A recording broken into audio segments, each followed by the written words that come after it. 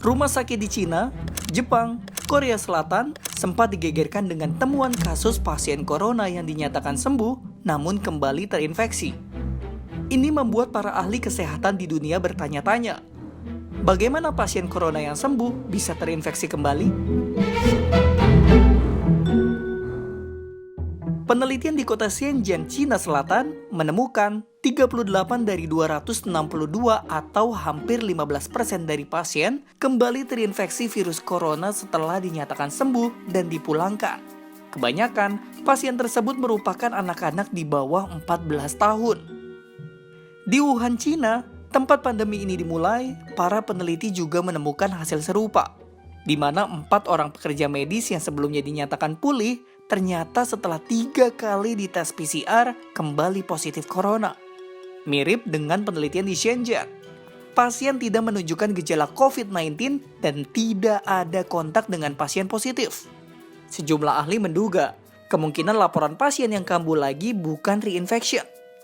Tapi bisa jadi ada kesalahan tes di akhir-akhir sebelum pasien dinyatakan negatif atau sembuh. Ini memang masih dalam kajian. Mengingat SARS-CoV-2 merupakan jenis baru dari keluarga virus corona. Namun, ahli virologi dari Indonesia menilai, potensi infeksi ulang pada pasien yang sembuh dari COVID-19 sangat mungkin terjadi. Oke, kita ngomong satu-satu dulu nih ya. Oke. Satu-satu. Jadi, kita ngomong mengenai masalah reinfeksi. Reinfeksi itu sangat mungkin dan sangat wajar untuk semua penyakit. Bukan cuma buat COVID-19 saja. Kalau misalnya di penyakit virus yang ada di manusia itu misalnya cacar misalnya. Oke, cacar. Kita kan sering dengar ada istilahnya musim cacar kan? Ya. Di mana dalam 1 tahun tiba-tiba banyak orang kena cacar, gitu kan? Dan tahun depan akan ada lagi musim cacar. Gitu terus berlangsung. Setiap saat selalu berlangsung, selalu berputar seperti itu. Dokter hewan dan peneliti virus lulusan Universitas Gadjah Mada ini merumpamakan reinfection corona dengan penyakit cacar yang juga pernah mewabah. Sekarang kena, besok kebal. Itu yang menyebabkan orang-orang yang sudah divaksin cacar, begitu ada wabah cacar, bukan berarti dia nggak kena, dia kena, tapi dia kebal. Orang yang sudah pernah kena COVID, begitu dia kena di bulan Maret sekarang ini dia kena, apakah dia tidak akan terinfeksi? Dia akan terinfeksi. Tapi apakah dia akan sakit? Ya belum tentu juga.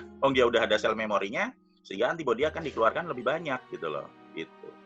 Jadi sekarang kena, besok kebal. Tapi kalau pertanyaannya apakah akan terinfeksi? Jawabannya ya. Tapi apakah dia akan sakit? Jawabannya tidak.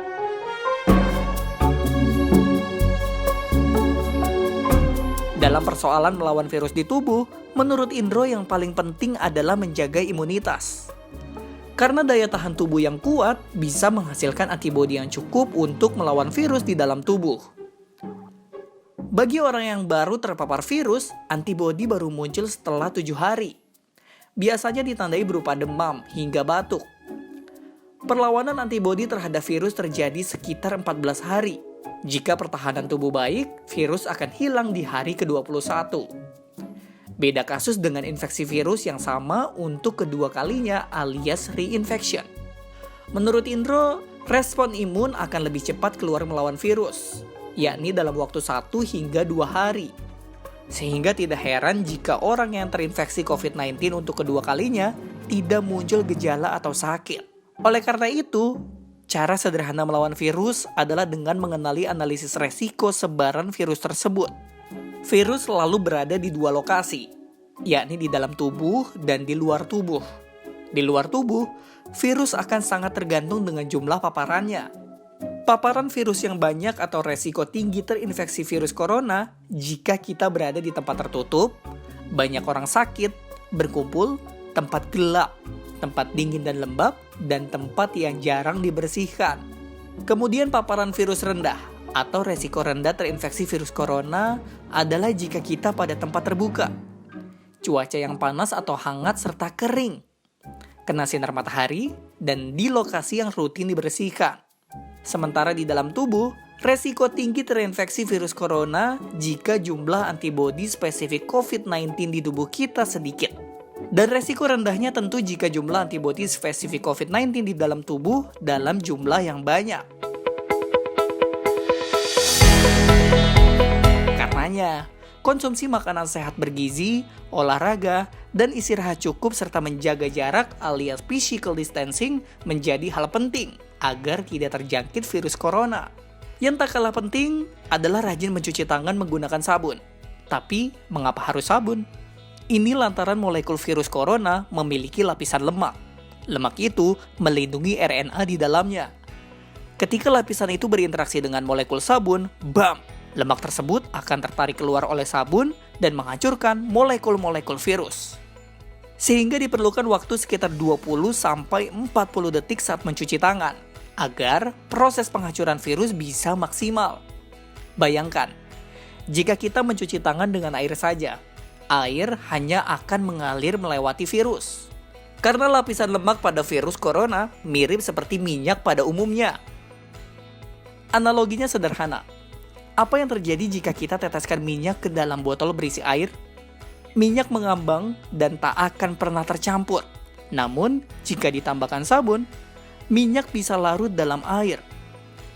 Jadi, selagi belum ada vaksin dan obat yang ampuh untuk menangkal COVID-19, jaga kesehatan dan jangan malas mencuci tangan dengan sabun serta air mengalir. Itu sudah jadi bagian ikhtiar kita melawan corona.